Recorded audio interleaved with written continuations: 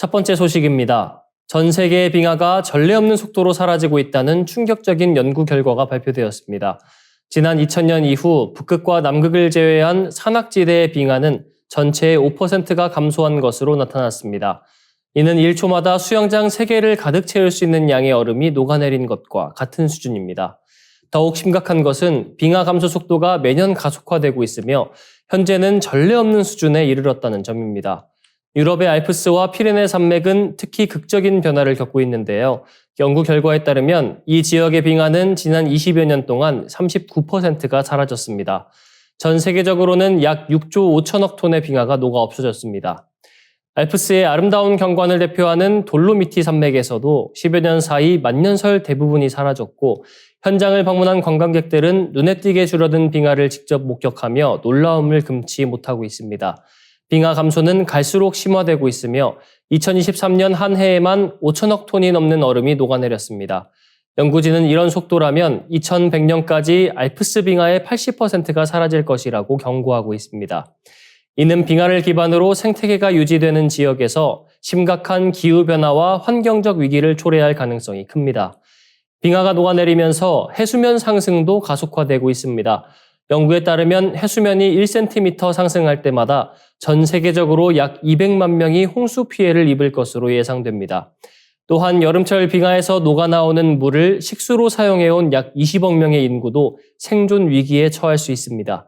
덴마크의 빙하학자인 윌리엄 콜건 박사는 빙하가 녹는 여름이 점점 길어지고 강렬해지는 반면 겨울철에는 눈이 충분히 내리지 않고 있다고 설명했습니다. 이는 빙하가 회복될 기회를 잃고 있다는 의미이며 앞으로 온난화 속도가 더욱 빨라질 수 있음을 시사합니다. 다음 뉴스입니다. UN 세계 식량 계획이 심각한 자금 부족으로 인해 미얀마 내 100만여 명에 대한 식량 지원을 중단하기로 결정했습니다. 이에 따라 미얀마의 식량 위기가 더욱 악화될 전망입니다. 3월 15일 외신 등에 따르면 WFP는 성명을 통해 자금 부족으로 인해 다음 달부터 미얀마 내 100만 명 이상이 WFP의 식량 지원을 받지 못하게 된다고 밝혔습니다. 현재 미얀마에서는 전체 인구의 약 3분의 1인 1,520만 명이 최소한의 식량 수요를 충족하지 못하고 있으며 이 가운데 230만 명은 극심한 굶주림을 겪고 있는 것으로 조사됐습니다. 그러나 WFP는 이제 5세 미만의 어린이, 임산부, 모유 수유 중인 여성, 장애인을 포함한 가장 취약한 계층 가운데 단 3만 5천여 명만 지원할 수 있는 상황이라고 전했습니다. 또한 미얀마 서부 라카인주 난민촌에 거주하며 WFP의 식량 지원에 의존하는 로힝야족 10만여 명도 이번 지원 감축의 영향을 받게 될 것으로 보입니다. WFP는 특히 미얀마에서 식량 부족이 가장 심각한 시기인 7월부터 9월이 다가오고 있다며 이를 막기 위해 6천만 달러의 긴급 자금이 필요하다고 강조했습니다. 하지만 현재 추가적인 지원 확보는 쉽지 않은 상황입니다. 이번 지원 중단의 원인으로는 미국의 대외 원조 축소가 거론되고 있습니다.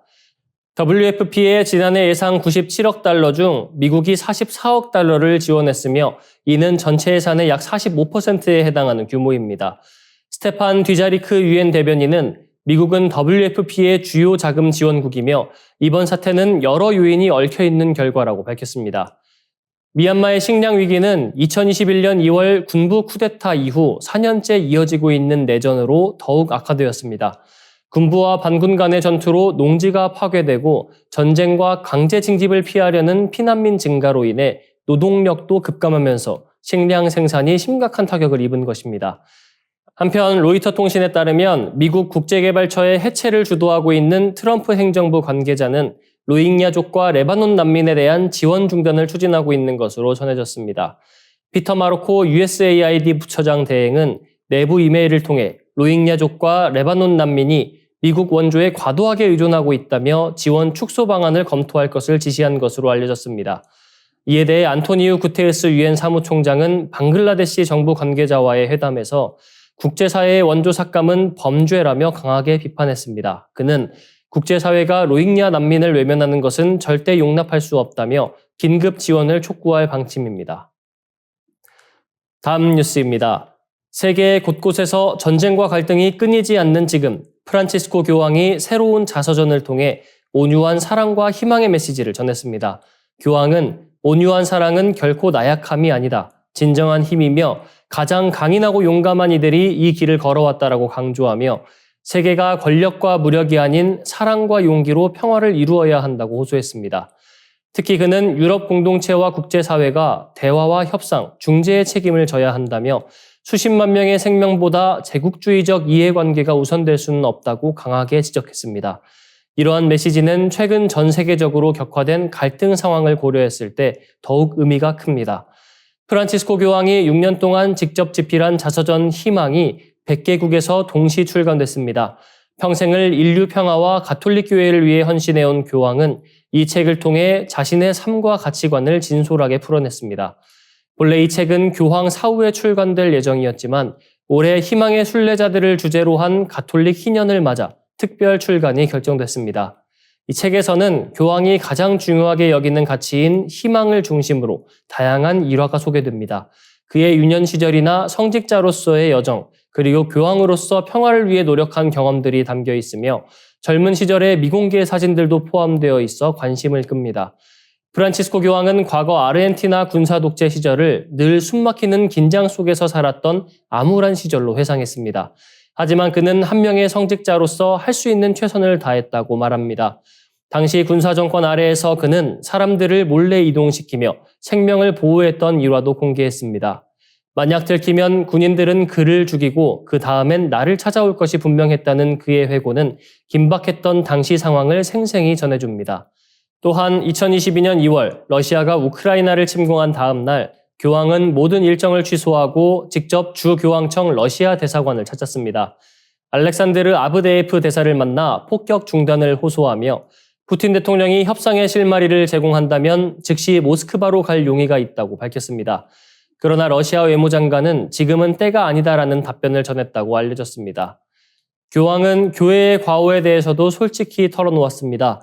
사제들의 아동 성학대 문제에 대해 그는 피해자들과 가족들에게 깊은 상처를 남겼으며 오랫동안 무시되고 침묵 속에 묻혀왔다며 깊은 반성을 표했습니다. 또한 그는 가해 사제들뿐만 아니라 이를 묵인한 주교들에게도 책임이 있다고 지적하며 교황 재임 중 여러 성직자의 신분을 박탈하는 등 단호한 조치를 취했습니다. 그는 교황으로서 몇몇 사제들이 저지른 악행에 대해 책임을 져야 한다는 것을 깊이 느꼈다며 앞으로도 이러한 문제에 대해 엄중한 태도를 유지할 것이라고 밝혔습니다. 프란치스코 교황은 책에서 변화의 가능성을 강조합니다. 그는 모든 사람은 변화할 수 있으며 하느님은 결코 당신의 자녀를 버리지 않는다고 말했습니다. 또한 부끄러움의 은총이 나를 이 자리에까지 이끌었다며 자신의 삶에 대한 겸손한 태도를 보였습니다. 온유한 사랑과 용기를 통해 세상을 변화시키자는 그의 메시지는 오늘날 우리가 직면한 많은 위기 속에서 깊은 울림을 줍니다. 다음 소식입니다. 일본에서 사상 초유의 쌀 대란이 벌어졌습니다. 쌀 생산량은 증가했으나 시장에 풀린 물량이 줄어들면서 쌀값이 폭등하는 이상현상이 발생했습니다.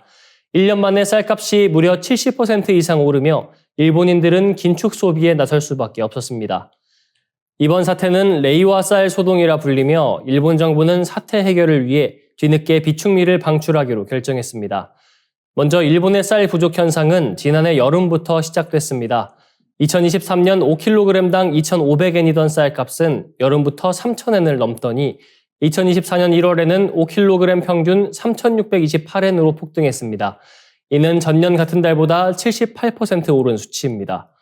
주식인 쌀값이 급등하자 시민들은 도시락값을 절약하는 법을 공유하고 식당들은 밥값을 인상하거나 무료 제공 서비스를 폐지하는 등 생계 부담이 커지고 있습니다. 하지만 문제는 단순한 생산량 감소가 아니라는 점입니다. 일본 농림수산성에 따르면 2023년 쌀 생산량은 전년 대비 7만 7천 톤 감소한 662만 4천 톤을 기록했습니다.